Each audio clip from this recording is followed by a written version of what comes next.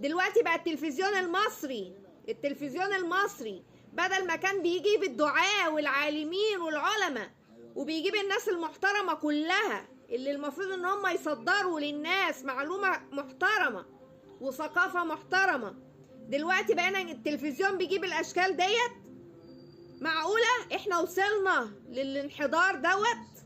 احنا وصلنا للمستوى دوت، مستوى ان احنا كل دلوقتي الترند بيطلع على اساس على فضيحة، بيطلع على عقوق، بتنشروا الوباء والفيروس في الدنيا كلها. انتوا شايفين ده كويس؟ انتوا شايفين ده حلو؟ ده بيقول واذا بليتم فاستتروا، فاذا بليتم فاستتروا. لقيتوا حاجة كده انصحوا النصيحة الحلوة، انما ما تاخدوهوش وتنشروه للعالم كله. انتوا عريتوا المجتمع، الاشكال دي عرت المجتمع.